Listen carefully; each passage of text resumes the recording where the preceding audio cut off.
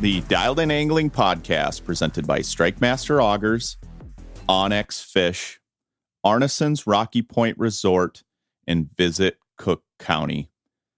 This week on the podcast, I've got a special guest. He's an outdoor photographer, creator, videographer. He's world traveled. I've worked with him on all sorts of different fishing and company related events, product related events.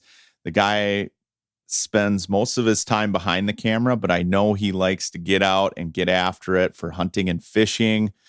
Matt Addington, welcome to the podcast. Right on. Thanks for having me, Tony. Appreciate it. And I don't know if all of those things are true to the degree you talked, but yeah, I do like to get, put the camera down once in a while. And you and I have shared some good times together. Appreciate you having me on.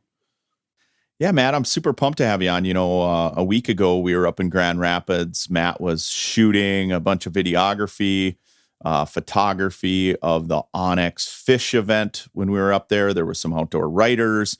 We took some people out fishing. And, of course, having a writer, photographer, or an outdoor photographer, videographer on scene to kind of capture all that stuff, and especially at the level that you do, Matt, was pretty cool. It was a great experience. Every time I'm with you, I'm always amazed at the creativity that starts flowing, some of the things you captured. I've already seen some of the photos that you sent out kind of on the thread, and it's super cool stuff, man. No, that event I think was pretty typical for me as far as being, on location with folks, whether it be hunting, fishing, agriculture. It's always just a great time. It's great to be there. People ask me, do you get to fish? Do you get to hunt? And the answer is usually yes, if there's time. But I find an equal amount of joy being able to kind of tell the story of what's happening for the other people that are there. So not having to have a tight line and a rod bent is not what deems a workday successful for me. It's truly being able to just capture cool stuff that helps tell the story of people that did have that experience. How'd you get your start? I've worked with a ton of different videographers, a ton of photographers, and they all kind of started somewhere different. I mean, did you have a vision like when you were younger or in college where you're like, this is what I want to do? Was it like set in stone? I know for me personally with fishing, it's always been like exactly what I wanted to do. Just a little background. Yeah, for me, it was truly probably atypical from a lot of people that are doing what I do. I was always interested in photography and art. I had a teacher when I was in, like 5th, 6th, 7th, 8th grade that kind of took me under his wing, gave me a film camera and said, go do your thing, and taught me how to work in the darkroom and develop film and then make prints. And that just kind of, just really ignited the spark in me to love, telling stories with a camera. So I went and got a degree in art and was actually a teacher for 20 years, taught art, photography, videography, video production, graphic design, painting, a little bit of everything, but always kind of, gravitated towards photography and video production. So that was kind of what I was doing. And along the way, I was just doing it because I loved doing it. It was sort of, as a creative, it was sort of my outlet to take photos and make videos and all of that. And with a lot of folks that are in teaching, when you've got a skill that goes along with the subject you teach, people are asking you all the time, hey, can you take pictures of this? Can you make a video for that? And so I was doing that a lot. And along that track, while that was happening, I was still like developing and building relationships and kind of in the outdoors industry. Just had a lot of friends that were doing it, guys like you and, Joel Nelson and up and down the line, people that are in that space that were friends and relationships and started shooting stuff, both in hunting and fishing. And like I said, agriculture, and kind of one thing has led to another over the course of, kind of doing it on the side for probably 10, 12, 13 years. It turned into something that I just couldn't do part-time anymore. And for the last 8 or 10 years, I've just been doing it full-time. And, I think to be successful, you have to put out some level of a a good product that people like. But so much of what I do has been the relationships that I've gotten, the great friendships and people that I've been able to meet along the way.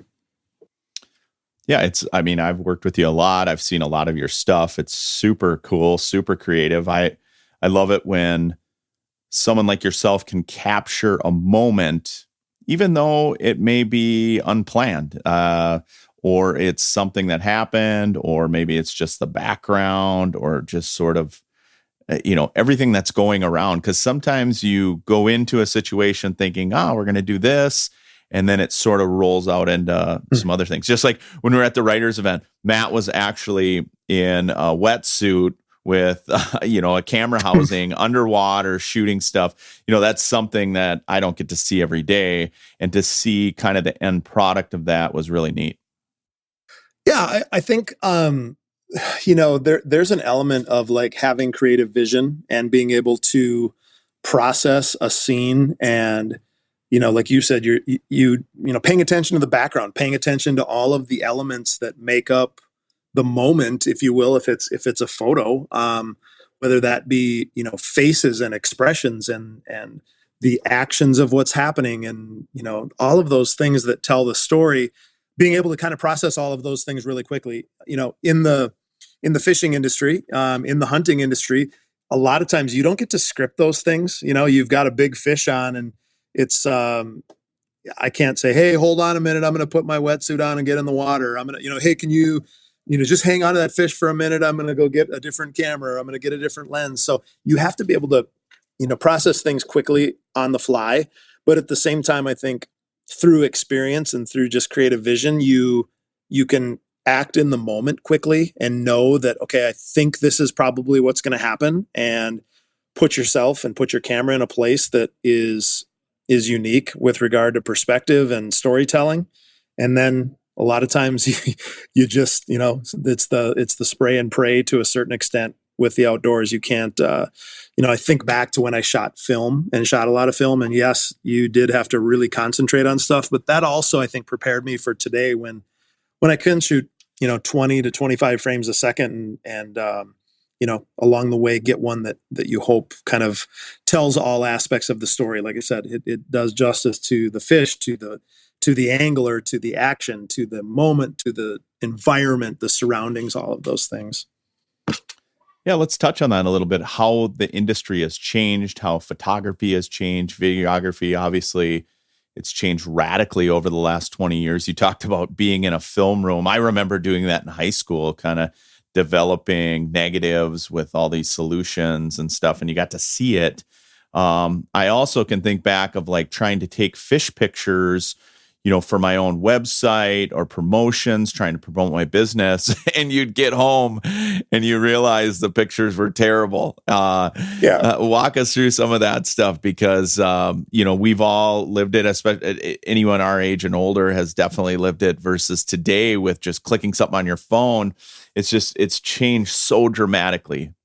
For sure. Yeah. We live in the golden age of image capture right now. And, young people now don't know the kind of the trials and tribulations of what, guys our age, like you said, had to go through to get images, to get stuff, whether it be for promotion or for just for pleasure. I can think back to my first trip to Alaska was, I think it was 1998. And man, I shot all film while I was there, and I came home with rolls and rolls and rolls, and was super pumped. And I got a 56-pound king, and I got, hell, all of these things that I was so jacked to bring this film home and, take it down to Harold's Photo or wherever it was at the time. And, and then you wait a couple days if you didn't take it to the 1 hour photo. And I remember going back to pick up those prints, and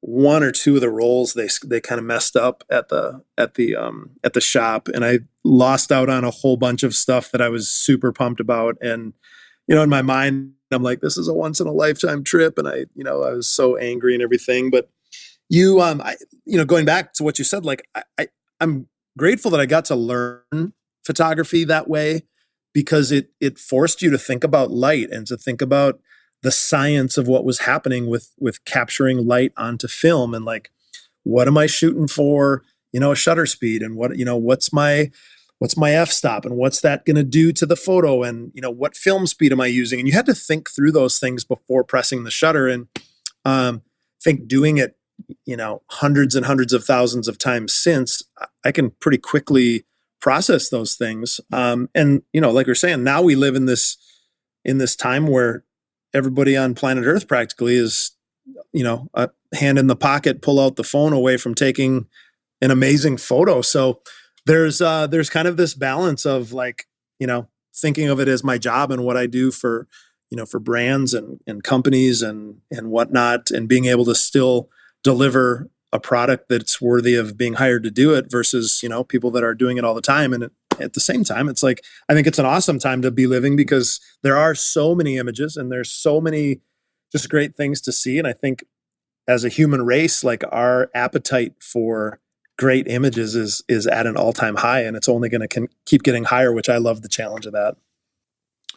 It's amazing to me the pictures that you can take on a phone, right? And just whip out your phone at any given day. I have customers in the boat, whoever it may be, and you take these incredible images on your phone versus even a couple of years ago, some of the camera technology, the phones seemed like they were getting better and better and better and almost out producing some of the bigger cameras.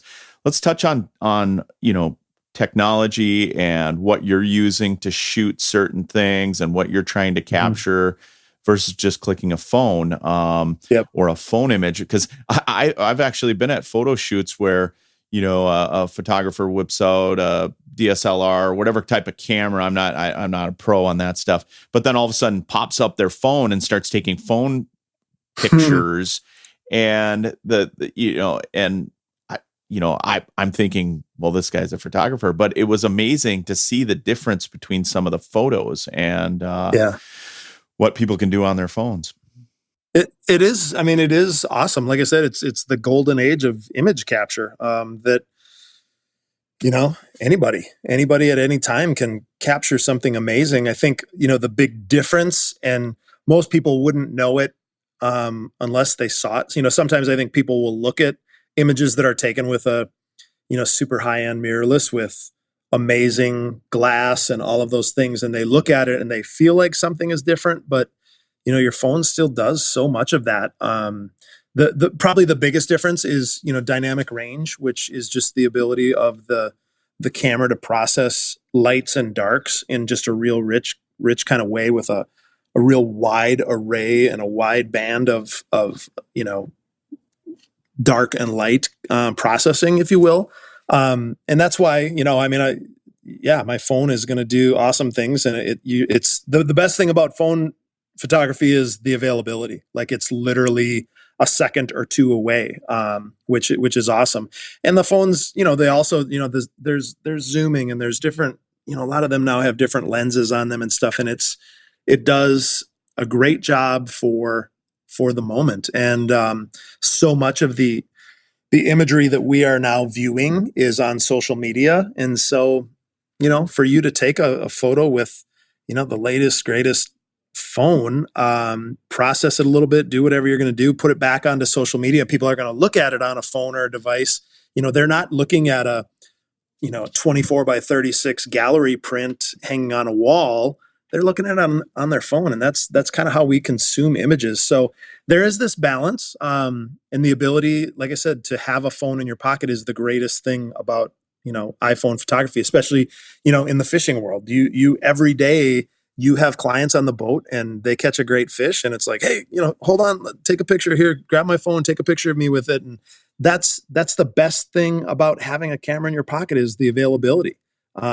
We used to, if you didn't have a camera in the boat, you'd go back and then you'd see people, you think about the backgrounds of some of the photos that we've looked at over the years, where it's guys standing at in their garage holding a frozen walleye that they caught that's stiff as a board, or somebody standing where there's gas pumps in the background and they're holding a stringer of fish, and those memories of those fish are great for them, but those photos, it's like, oh man, now our ability to take a photo and get a fish back in the water quickly is really awesome. you know, I struggle with taking photos with my phone because, I always get my daughter like, oh, don't zoom in or don't do this. What are some tips you can give people if they want to take some good quality photos with their phone? They don't have the greatest camera, but they want to capture the moment like you're talking about. What are some just real quick tips that you can give them? Advice from a photographer snapping pictures on your phone. Yeah. So two answers. One I would say is just the everyday photography kind of stuff where, it's people doing things and, just in our world. The thing that I always challenge people with is like, get your phone to a place that our eyeballs don't live all day long. You know what I mean? Don't shoot it right at eye level. Shoot something from a little bit lower angle, shoot something from a higher angle.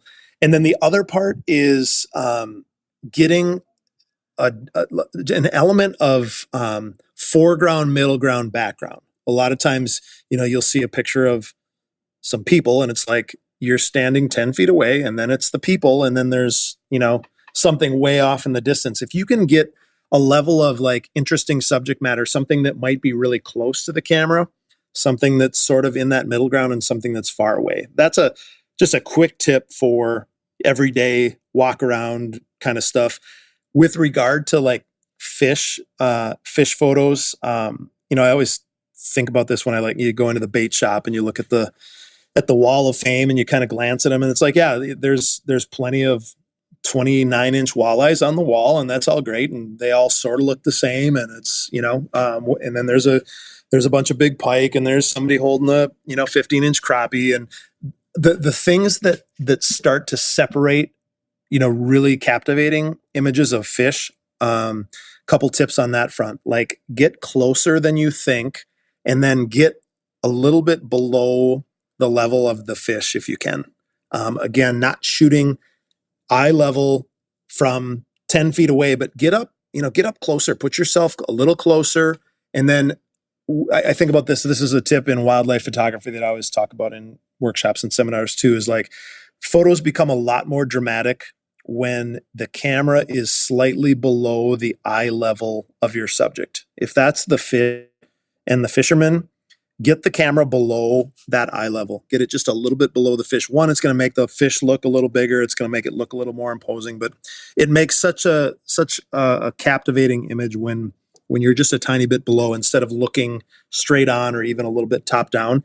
And then don't be afraid to get too close. And like your daughter's telling you, the zooms on our camera are an amazing thing to be able to slide your thumb and like, whoa, I'm getting in a lot closer, but they're really not doing you a whole lot of justice. Like use your feet to zoom, move in as close as you can with your feet. And, those are tips just from a camera standpoint. There's a whole slew of things that you can do as a fisherman to make your fish look better on the other side of the camera. But from a camera standpoint, fill the frame up, get closer to your subject, think about the light.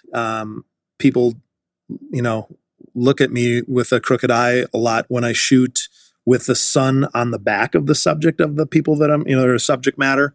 You get light that bounces back up onto your subject versus, the sunlight or whatever shining directly onto them. I like to put the light either way off to the side or even behind if I know I'm going to get some exposure, some ambient light bouncing back on. The lighting is just a lot more flattering that way. So there's a lot of things that you can do, from a phone standpoint, but those are just a few of them. Cool. Visit Cook County, Minnesota, a year-round fishing destination like no other. Spring brings steelhead and smelt runs along the Lake Superior shoreline. In summer, cast for walleye, lake trout, and northern pike in the region's inland lakes and rivers. As the leaves change, so does the fishing, with fall offering some of the best lake trout action around. When winter settles in, grab your gear and head out for ice fishing in a true northern wilderness setting. Whether you're an experienced angler or just discovering the joy of casting a line, Cook County has a spot and a season for you. Learn more and start planning your fishing trip at visitcookcounty.com. onX Fish is the best tool I have ever used for finding new lakes to target. Download the app today to get fisheries information in the state of Minnesota and Wisconsin, along with research tools for serious anglers and beginners alike. Filter lakes by species, trophy only, keeper fish, abundance, or all of the above. Plan which lakes to fish with the app, navigate to the accesses, and once you're there, use the onX best-in-class weather imagery and fishing hotspots to catch more fish. onX Fish is a phenomenal tool both on and off the water for discovering new fishing opportunities, many of which you would never known existed. onX Fish, the app that is changing the game on ice.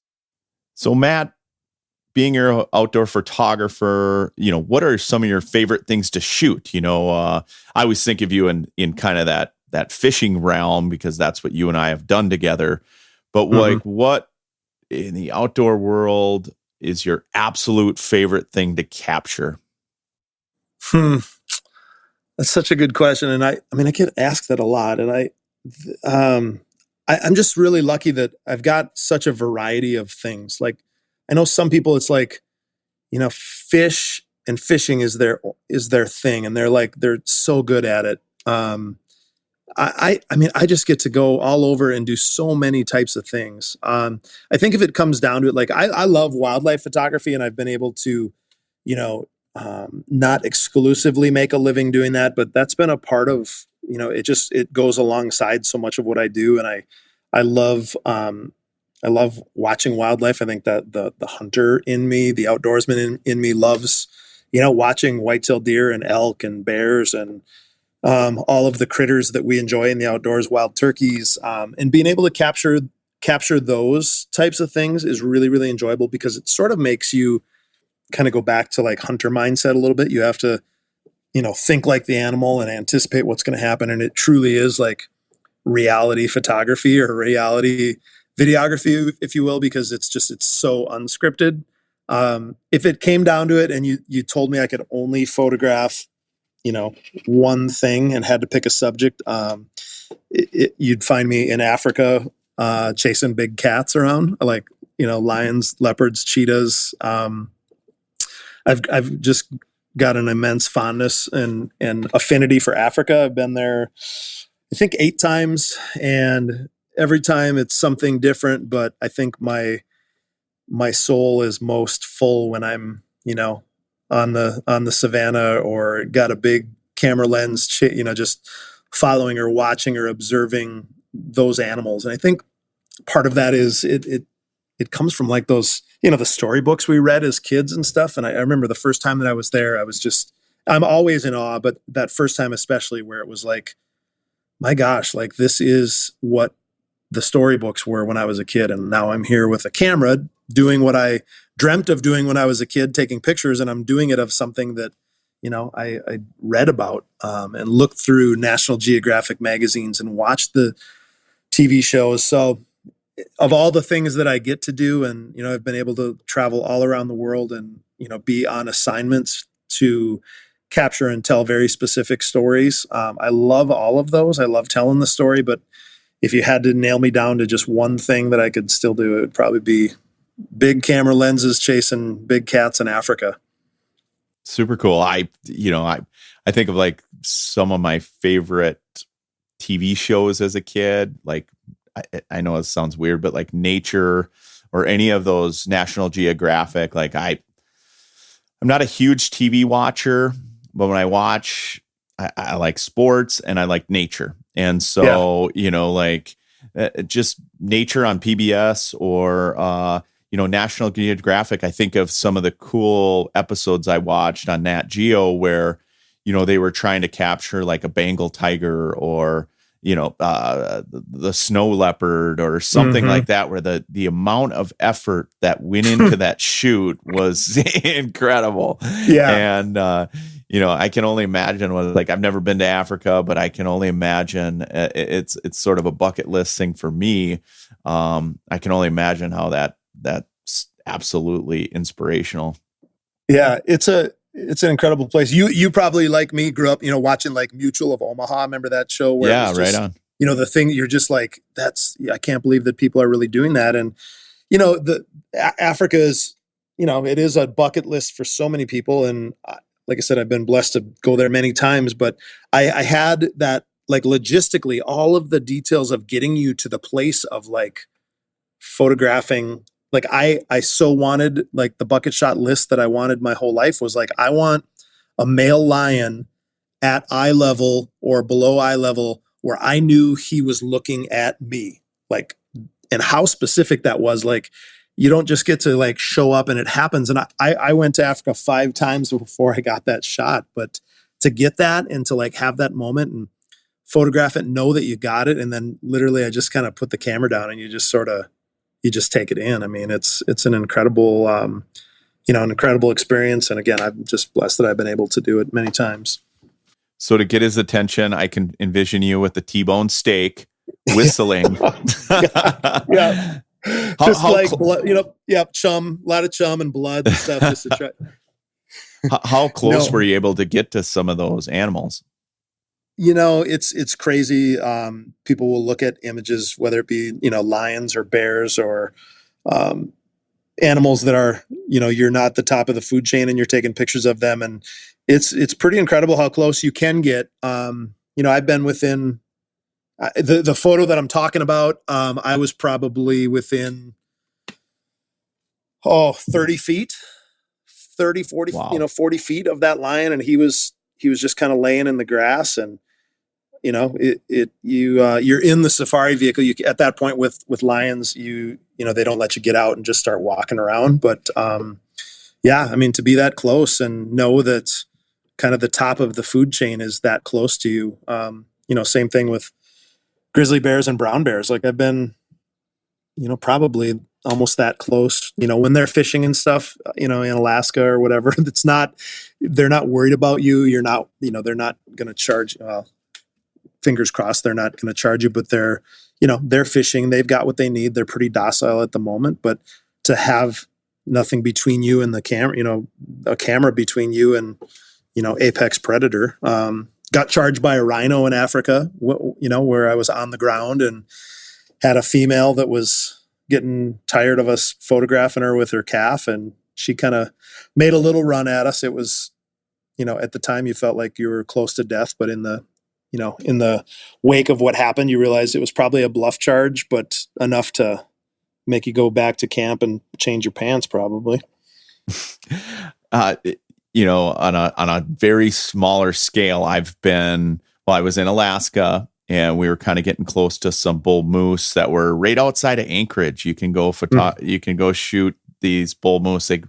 They'll rise up in the evening and they kind of walk around. And some of these people were getting really close. Like, I wanted to just take my phone out and film them trying to get super close to this giant 1,200 pound moose. And then the other spot where I had, some close encounters, but I never got close enough to really experience it. But watching others getting close was in Yellowstone.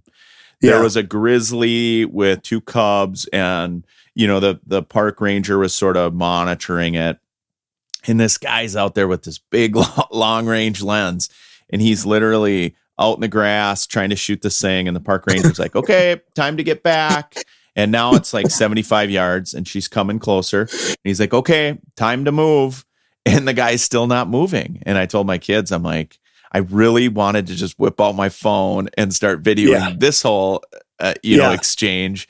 But it was a real thing. The park ranger's like, listen, that bear can cover that in about 3 seconds. And so you have 2 seconds. And he basically pulled the guy back. And, the grizzly didn't do anything. It sort of walked off, with its cub, but it was definitely on high alert and definitely a moment where, I wasn't in danger, but I was watching this unfold. Same with the buffaloes in Yellowstone, sort of seeing people get up right in their face with this giant lens.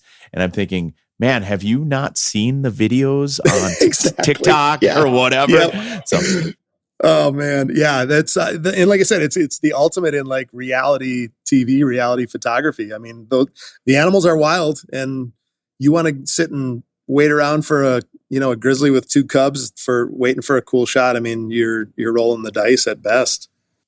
Yeah, right on. Hey, what are some cool destinations that you've done, like hunting or fishing, aside from safari shooting? So what are some of the cool places where you've been on a hunting trip or whatever, Maybe it was a combo trip where you were actually hunting and shooting, or, just for work solely. Yeah. So many of the trips are for work, and, a lot of times maybe have the opportunity to hunt and fish, but I honestly have gotten to the point where I almost choose not to, just because I love telling the story. But yeah, man, I've been around the world, whether it be, Canada to Mexico to Australia, Alaska many, many times, Africa many times. Was in New Zealand last spring, which is quickly, become a place that I would love to just continue to go back to. It's kind of just a fishbowl of amazing, incredible beauty. And, from a hunting and fishing standpoint, was able to experience a lot of things and see just some incredible, the like Lord of the Rings kind of stuff. Lord of the Rings was filmed literally in some of the valleys where we're shooting. We're, hunting red stag and chamois and tar. Got to get in a helicopter and fly up into above the clouds, 13,000 feet, to hunt tar and chamois, and, photograph that, and then come back down through the clouds into the valley where there was just the most pristine fly fishing you could ever imagine on these streams that have never seen a human before. And, lucky enough, to be in a helicopter, which was, people just don't get to do stuff like that. And I've been lucky to do it. So, yeah, man, it's just been I've been blessed to go places and see things and try to, take the challenge of just telling the story in a beautiful way, whether that be, it can be a lake in northern Minnesota, and somebody, you think about last week when we were with Natalie and she caught her first walleye, and it's like, yeah, it's a 17-inch walleye. And that was an amazing story, and grateful that I got to capture that. And is it the most epic photo of all time? No, but to have a camera there to be able to share that with somebody is equally as gratifying for me as, shooting a huge red stag in the backcountry of New Zealand, or capturing a giant bull moose in Alaska or whatever. So I guess I kind of, though I get to go to these amazing places and travel all over, I still love the challenge of finding beauty and stories, in my backyard. What are some stresses that are come along with hunting? Earlier you talked about fishing.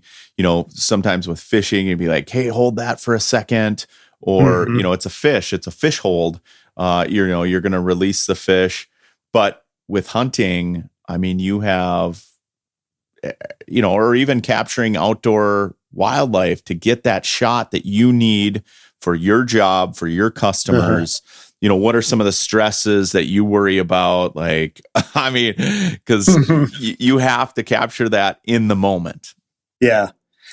I'm sure it's a lot like, a little bit of the stress that you feel like I got to get this right. Like, these people are paying me to go and do something that I don't have complete control over. Like, you trust that you're going to be on the bite and you're going to be able to provide people that experience. And in the same way for me, like, I trust that I'm going to be in a place that I'm going to be able to capture things and kind of tell the story. But a lot of times it has to unfold in front of you. And you better know your equipment, like the back here. You can't be fiddling around with, shutter speeds and, oh, I want to change lenses and I got to do this and that. I want to get, just wait a minute. You don't have that ability to do that on the fly. So I think your skill level and being able to do those things is probably a consideration. I'm at the point where 99% of the time I don't feel stressed by that because I'm confident in it. But the one thing that I'm always trying to be really cognizant of, and I would say this happens, it happens fishing, it happens hunting, it happens in agriculture, where, like, I don't want to mess up what is really happening. And that could be a farmer is harvesting his soybeans and I need to get some stuff. Like, I don't want to screw up the timing of what they are doing. Like, go ahead and do your thing. Like, it's time they're milking cows and I need to be shooting this stuff. Like, you guys just keep doing what you're doing. I'm going to be here and do my best to tell the story without, stepping on toes and making, kind of screwing up the process. It happens, like you were saying in fishing, like, you've got a fish on that you know you want to release. I don't have all afternoon to sit there and think about lighting and angles and different camera lenses and changing the whole, like you want to get the fish back. You want it to organically flow. Hunting, you're probably with people that have, paid to have some level of experience with the hunt, and to have a guy with a camera screw that up, whether that be, sitting still or moving or being in the wrong place when, I think about like shooting pheasant. I do a lot of upland stuff, and, I don't want to walk the whole day behind the pheasant hunter and just shoot pictures of the back of their head. So you try to move out to the sides and shoot different angles where you see people, but at the same time, like you want to be safe. And then you also don't want that hunter to have to be thinking about, okay, where's the camera? I got to not shoot that way. Like, so there's things that you're constantly thinking about in all of the areas that I shoot, that you want it to be an organic story, but you also want to be prepared and anticipate what's going to happen. What about the things you can't anticipate? I know for me, fishing, I've been on so many trips where, the weather's not favorable. That's not a big deal. I can slap on rain gear, generally tough it out, snowstorms, whatever it is. You have camera gear, you've got all this equipment, and, you're still expected to perform, to shoot, what you're doing. I mean, how do you sort of, navigate all of that? I think I've evolved a little with that. I know when I first started, and you make investments into the gear and stuff, and I was always just like super, babied all my stuff. And not that I don't take care of it now, but I've gotten to the point where like the gear that I have is a tool, and I come prepared for just about anything that could happen. And you just got to, like, there's mitigations that you can take and things that you can do to protect your gear or to make things work the best possible. But think about, like, if it's pouring rain and like, I got to have the stuff to be able to shoot that. That's part of the story. Like that's, that might've been the environment and the way it went and felt. And it's like, that's my responsibility to capture that and show that. You and I have been together, on the ice when it's been, 20 below and the wind is howling, and we're, it's like, well, yeah, it's not ideal, but at some level we still need to take some photos of this and kind of tell this story. And so you have to learn to deal with your equipment and what's going to work best, and how do I take care of it so that it still functions and does what it's supposed to, but at the same time, not be careless and you just don't have the ability to say, I don't feel like going out today, when a client is paying you to go and tell those stories. So you try to, think through those things. I think part of it too is you come prepared with, all of the stuff that you might need, whether that be things to protect your camera and your lenses and all of the gear, ways to keep things dry, keep things warm, just generally keep things protected, a lot like you would do if you were, taking clients out on Mille Lacs on a day that's going to be windy and rainy. Like, you need to prepare them, and you need to have all the things covered that, for what you might see. And sometimes you have to make the decision that it just ain't going to happen today, and that happens. But if it is going to happen, then I want to make sure that I'm prepared for just about anything that might happen. What's the most extreme environment you've been in, where you were like, I don't know that we can do this, or you're pushed somewhere to your limits where, you've got to get it done? But what's sort of the most extreme elements you've shot in before? Yeah, that's a good question. I can think, like, ice fishing, I think, is one of those that is a challenge. One, it's not always comfortable to be out on the ice when it's super, super cold or windy or whatever. Shooting photos of fish ultimately is really, really tricky when it's cold. You pull a fish out of the hole, and I mean, you and I have taken pictures of, I have taken pictures of you, holding a fish that over a hole, and the water that's dripping off is freezing coming off the fish. So you want to, think through things like that. I think some of those are pretty crazy, that you have to, like, think through some of that, and okay, what can we do to still get this. And so I think ice fishing sometimes, with wind and cold is probably up there.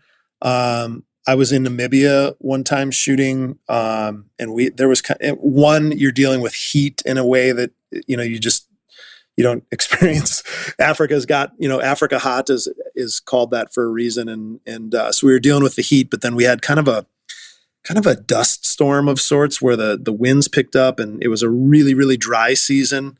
There was very little vegetation. It was almost like the desert conditions. And then the winds picked up, and it made for really, really cool light. It was towards the end of the day, but dust and cameras and camera gear do not go well together. Like, that's one of those things that, I can deal with cold and I can deal with wet, but dust really, really does a number. And I can think of that, that afternoon and evening in Namibia was really, really a challenge to, and again, it was super beautiful. The light was incredible. It was some amazing stuff, but you literally were teetering on the edge of, ruining your gear.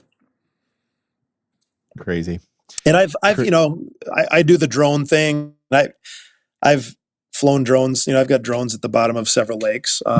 Proud to say, like most drone pilots, it's not a question of if you ever have crashed, it's how many times. And there was a time where Joel and I were shooting up on Crane Lake, and storm came in, and it was epic footage. It was incredible, but things started bouncing all over the place, and the winds, and the boat was rocking like crazy. And I had the drone out and ended up crashing off the motor cowling, and, ended up at 80 feet down and never got that one back. But, so there, stuff happens. It's, unfortunate, but it's the reality.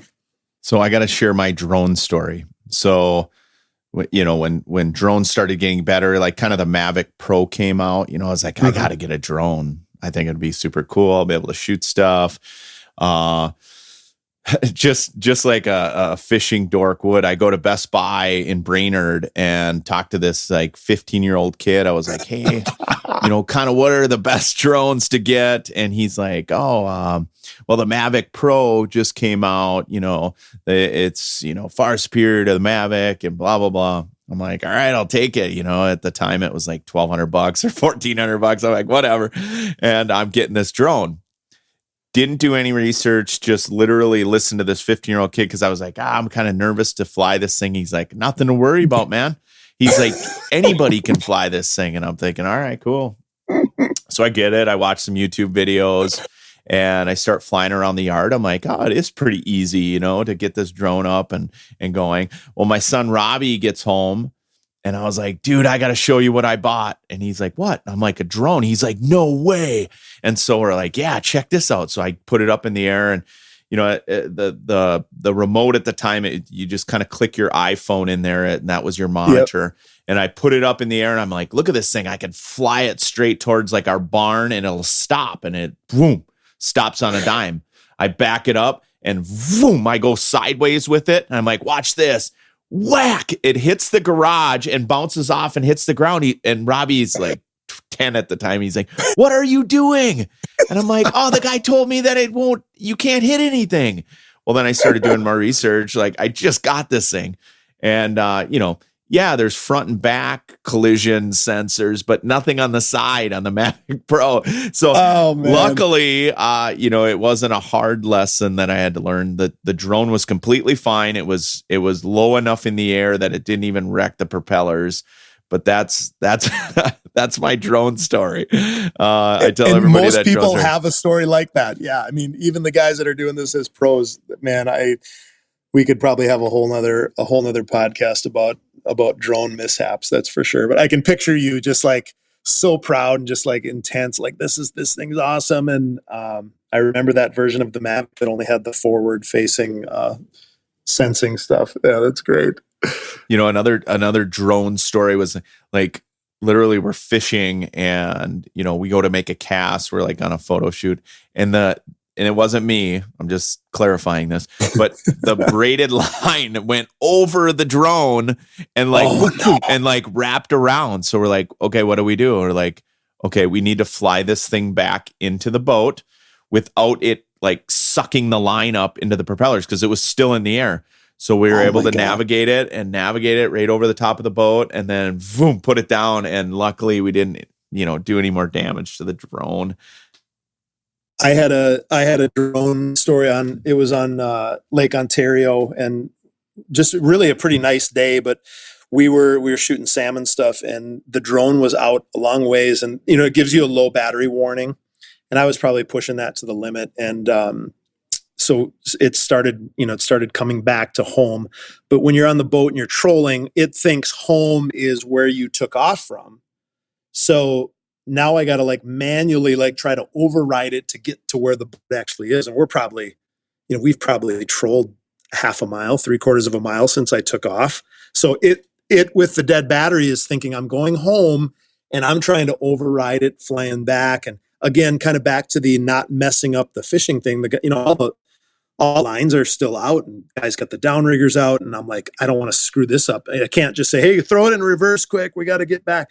So I'm flying this thing against its will to try to get back to the boat, and the battery is literally dead. And there was no chance I was going to be able to land it. So we just took the huge salmon net, and I had one of the guys that was with me helping. I just said, just swing it and net that thing. And he swings the huge salmon net up and just nets the drone right out of the sky.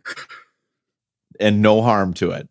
No, I think we maybe broke a propeller or two, but got it back. It's not, fortunately, the whole drone is not at the bottom of, Lake Ontario. But I just remember that feeling of like the sweating, like I can't ask the captain to like shut her down and go back. Like we can't just turn around to save my drone. So it was sort of this like professional, dilemma that I had. Like I got to be cool about this. Like this is stuff that happens all the time, and it just got to the point where I'm like, just net it, just grab it, and swiped it and pulled the thing out of the sky. So victory. So, what's worse, losing the drone or losing the SD card that's in the drone that kind of may have captured SD 100%, man. That one that I was telling you about on Crane Lake, that was, I had yet to dump. That was like right at the end of the day, so it had the whole day's shoot, all of the drone stuff from the whole day. I'm like, oh man, like I can get another drone. I know a diver up there that has said that he would maybe go and try to find it for me. I would love to do the treasure hunt and see if we could ever find that thing and get the SD card out and see if we could ever get that stuff back. Super cool. Arneson's Rocky Point Resort in northern Minnesota offers a little something for everyone.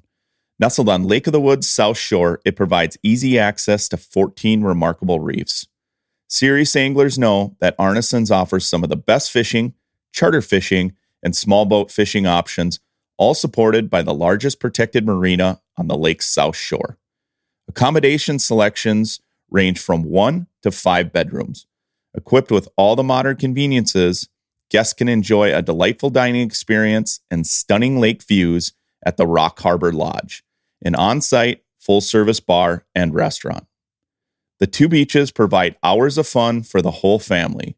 Whether you're seeking an idyllic fishing spot or a relaxing vacation, Arneson's Rocky Point has everything you need. Check them out at arnesonsresort.com. Man, I could talk about drone mishaps all night. Matter of fact, I might watch drone mishaps on YouTube just because I'm sure there is just a catalog of people that have had catastrophic failure with drones. But drones have, as far as like shooting dialed in angling, all the stuff I've done in the outdoor industry, it's so cool to get that drone imagery. It's that perspective like no other. No, I was just going to say, I think that's been one of the things that's been amazing about how this has evolved. And I know we're going to talk about what the future looks like, but not even 10 years ago, if you wanted the shots that so many people are getting now, I mean, you're talking about renting a helicopter to go get that stuff. And now, you can go down to Best Buy and the 15-year-old will sell you a drone and you pop it up and you can go out and shoot this stuff, which is truly incredible. And it's, from a creative standpoint, for me, it's all about, like I said earlier, getting your camera to a perspective and a place that's unique. I think that's one of the things that we, just as viewers and consumers of photography, it's nice to see things from a different angle.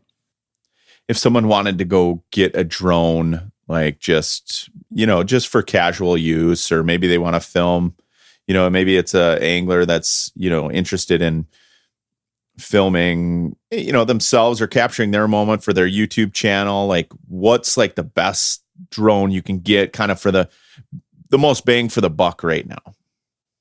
Yeah, you mentioned the DJI Mavic, Mavic being kind of their just flagship of their line of kind of consumer prosumer drones. And I haven't looked at the lower end of those lately, but they've got it's called the Mavic Mini, which is literally about the size of your, you make a fist. It's about that big. You can put it in your, in the pocket of your hoodie and be off and running. And the cameras that they, so the ease to fly those things. They do have sensing now on all sides, so you'd be safe not flying it into your garage as easy, but they're not completely dummy proof, but they're pretty easy, and they're affordable. I mean, I know for easily under $1,000, you could have a drone that has a camera on it that would be, mind blowing with the quality of camera and what you're able to, where you can go, how far you can go, the angles you can get. And then, the camera quality is outstanding. What about these FPV drones? Mm-hmm. Am I saying that right? Yeah. Yep.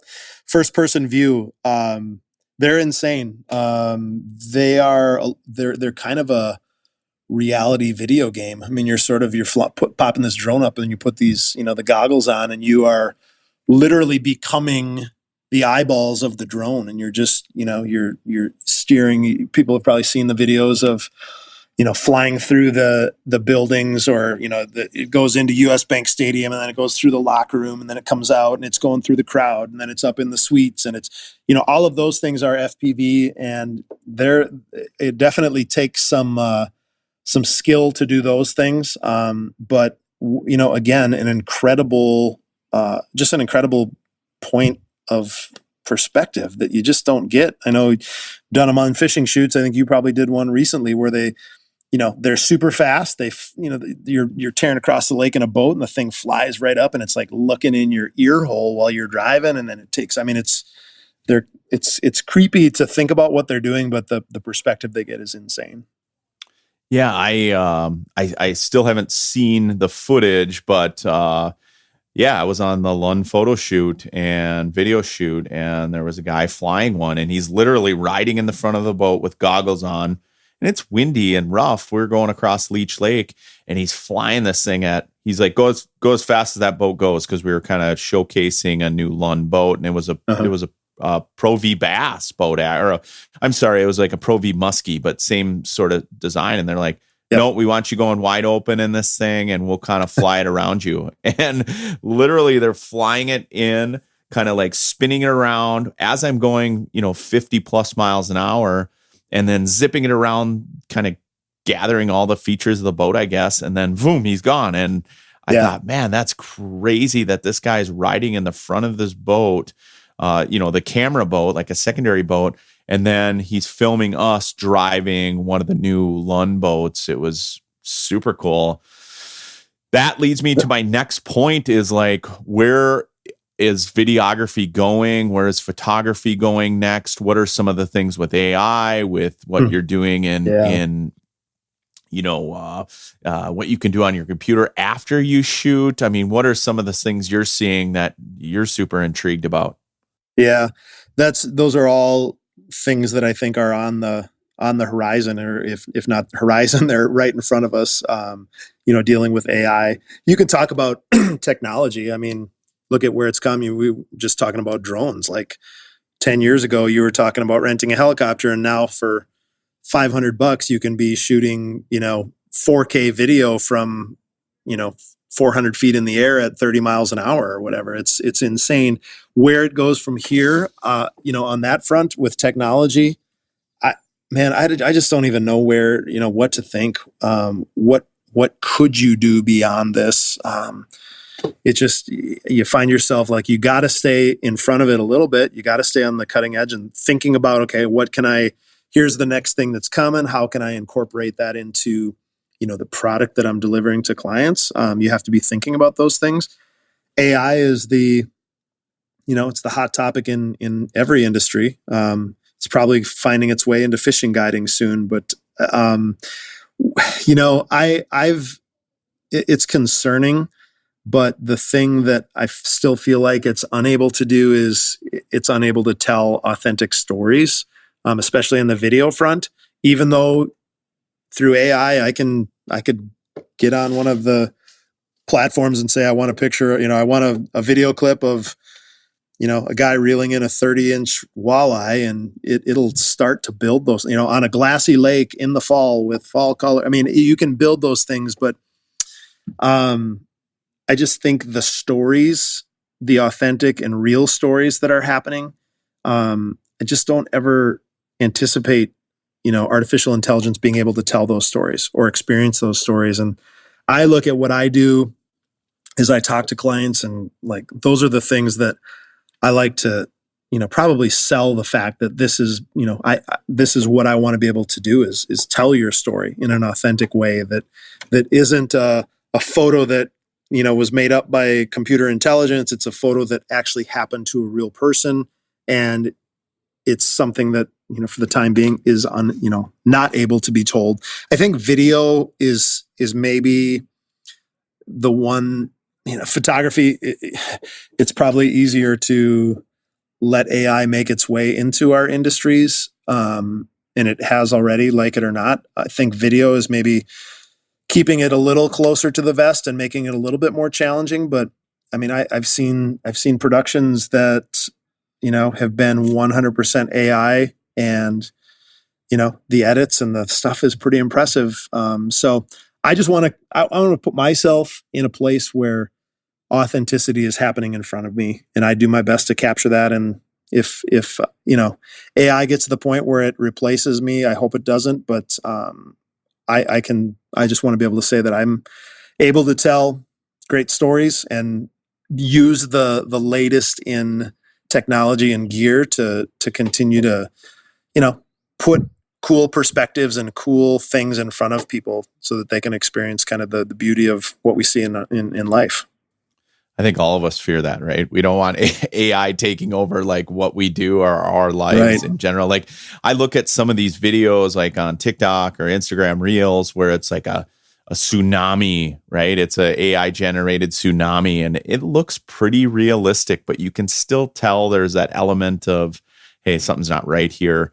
That's like, like with Snapchat or any of these other things, these filters that you put on there, obviously there's that element of fakiness to it. If I'm making sense there, whereas I don't want my job replaced by, some sort of computer animation, or nor do I want with dialed in angling to, make up some fictitious AI generated fishing experience. I want to go experience that. I want the raw emotion of catching those fish in the elements in which we're doing it. And then having people like yourself capturing the moment, capturing the photography behind it, the elements, everything that's associated with that experience. Yeah. And I think, like you're saying, like AI's right now, it's as bad as it's ever going to be, right? It's not going to get worse. But I think, guys like you and me, and I would hope that most people would say, like, if it means I got to put down my cameras and that's the end of it, we still have the desire and the love to go out and catch the fish for real, or sit in the tree stand, or call the turkey, and all those things that I don't care how good AI is, we will still seek those things out and experience them. Beyond AI, what other technologies? I know, like, for a while, and I'm not a videographer, photographer, but it was, okay, we're shooting in 1080p. Now we're shooting in 4K. Like, what's the next step for all of that equipment? Yeah, good question. It's again, it's kind of crazy to think where this has come from and where, and then stop and go, well, geez, where it's going, where is it going? I think of the cameras that I've had in the past even decade, and now if they have the ability to go and shoot 8K, and it's like that. When it first happened, it's like, whoa, that's so crazy, but there's going to come a time in the near future where 16K is going to be the standard, or we're going to be able to shoot 12K, 240 frames per second, like all of these things that, when does it stop? Like when is good enough? But at the same time, I just keep thinking, okay, if I can shoot that high resolution at that frame rate and slow things down, like how can I, in a unique way, present the reality, the experience that I or the people I'm around that they're experiencing? How can I present that in a unique way? Like, shooting, we shot it this last week, like some 120 frames per second, 4K of, releasing a fish into the water and just that super smooth slow motion of the tail disappearing into the water. And it's like, okay, that's cool at 4K 120. What would that look like if we punched that in, 3 times tighter and slowed it down 4 more times? Like the detail and, our satiation and appetite for images and video, and it's only going to continue to grow. So I think along with that, technology will take you to new places. So I don't know where it's going, but I know the numbers are just going to keep getting bigger, and it's going to make me have to buy more hard drives. All of us, right? Yeah. It's interesting because I'm a consumer of a lot of really cool photography, videography. I'm always on Instagram, on Facebook, looking up new stuff, and obviously, the algorithm is feeding me these things. But I look at some of the imagery now of people taking these real finite videos, these macro videos, or these really high resolution photos of a fish with the water. Like I'm sure you've seen the ones with the trout where there's the water on it with the fly in the mouth. I mean, all of those are super cool. Even those slow motion videos, I find it intriguing. But as a consumer, someone who consumes some of that stuff, I'm consuming them at a very rapid rate, and I want to see the next one. And so, I can only imagine, what's in store as far as the more technical things get, the more people will stop and look at that video. And obviously that's what brands want. That's what companies want. What are some of the cool adventures you're going to be going on over the next year? Do you have some cool stuff planned, some things you really want to do, maybe some bucket list things you want to do as a photographer or videographer? Yeah, man. I the bucket list stuff, I don't have a ton of I really like I got to do that. So much of what I get to do would be bucket list for anybody, and I consider it kind of that way for me. Got a couple different, I love the projects that are as much as I like, hey, we're going to go shoot one day of this and deliver, some images or video. I love being able to think a little bit more bigger picture, think about campaigns, think about the entire story versus just saying, here's a day's worth of, photos and video. Not that I don't love doing that, but at this point in my career, being able to think about bigger stories that go beyond just 1 or 2 days of photography, and got some of that stuff, kind of coming down the pike that we're in talks of right now.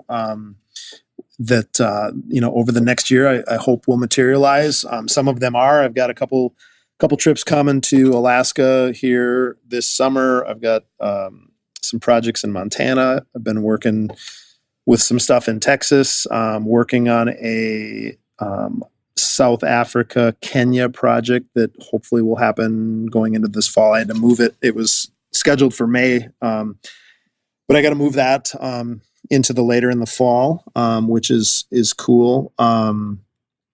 Working on going back to New Zealand again next, probably February, March. Yeah, man, there's some cool stuff coming, and I like I said, I certainly love doing the one-man band, go for a day or two and shoot some stuff. But when you can start thinking about stories, and again, I go back to the relationship thing. I so much love to just build relationships with folks, and along the way you're delivering a product that hopefully does justice, but getting to know people and just getting to know cultures and communities and individuals. And I think as I move on in my career, I want to be able to do projects that, have a kind of almost like a internal, or excuse me, an influence that goes beyond just right now and people buying stuff here's a catalog shoot, or here's this or that your company's going to sell things, but having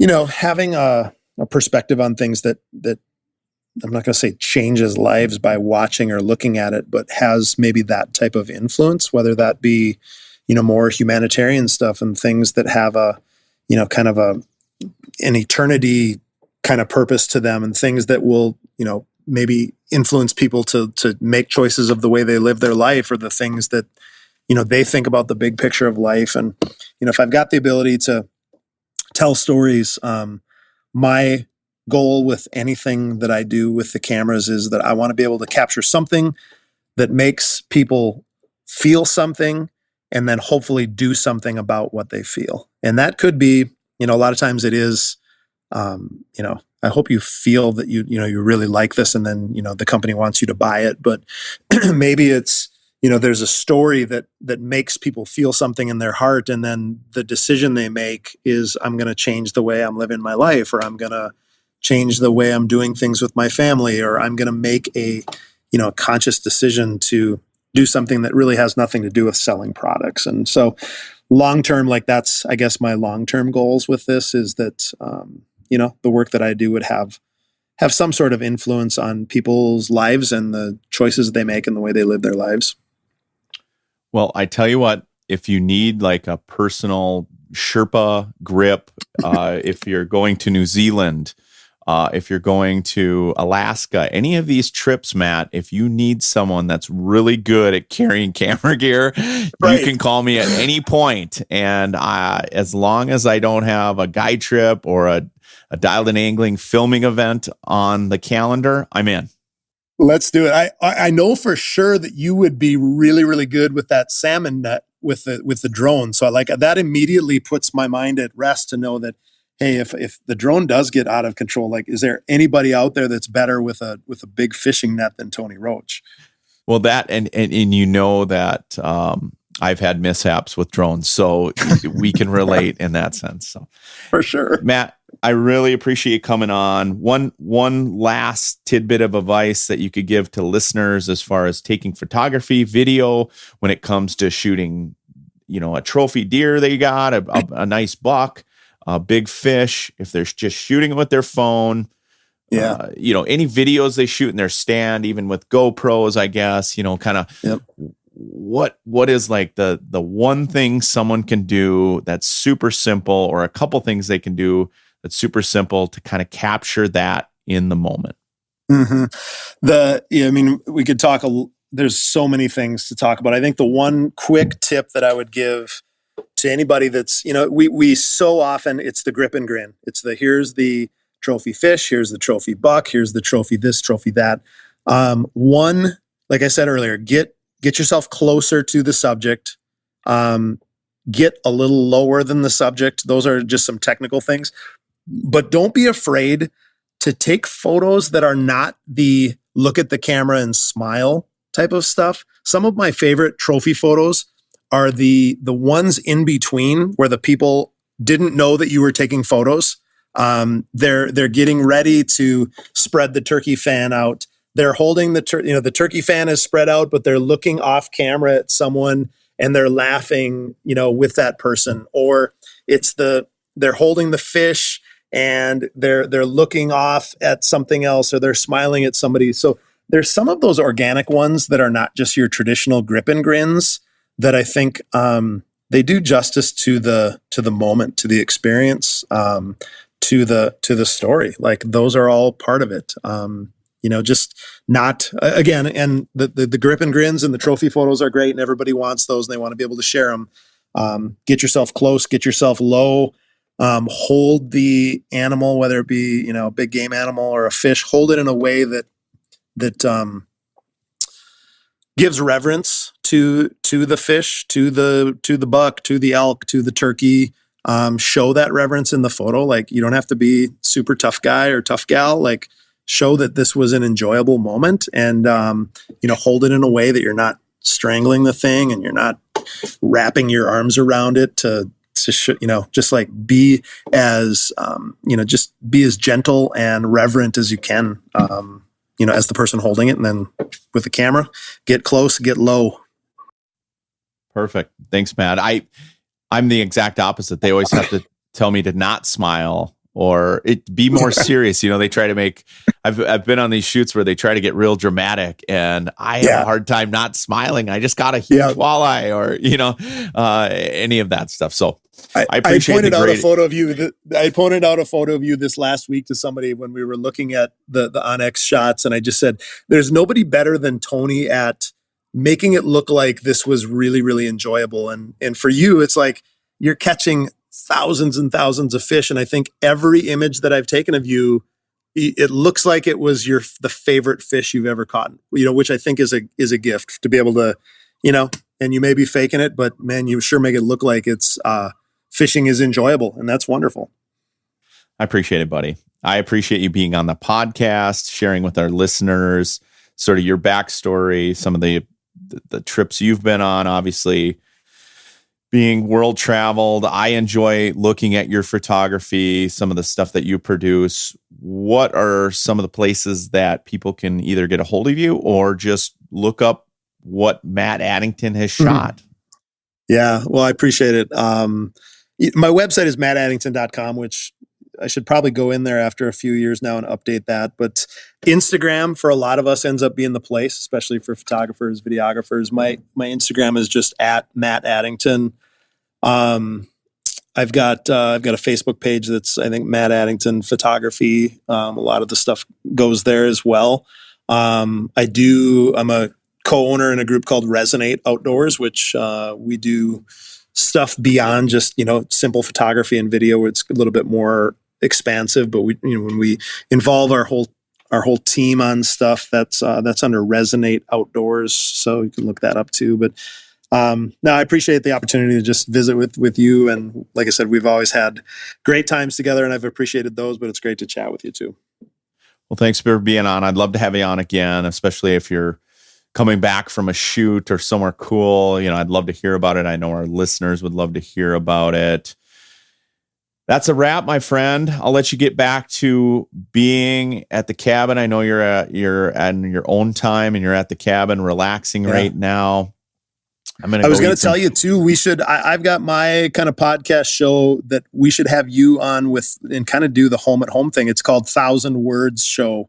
And it's basically just talking about photos and telling stories about them. So that'd be one other place you can find me. It's a fledgling little podcast, YouTube channel kind of thing, but getting together with folks just talking about photos. So maybe we'll get you on there talking about how happy you are when you get to catch a 17-inch walleye for the 1,000th time. There you go. Well, I appreciate it, Matt. Yep, for all the listeners out there, thanks for tuning in. I want to again thank Matt Addington for jumping on the podcast. Tune in next week. I'm going to be fishing. We're going to be doing a little more fishing reports again next week as we get towards the end of June. Things are really changing as far as the bites are concerned.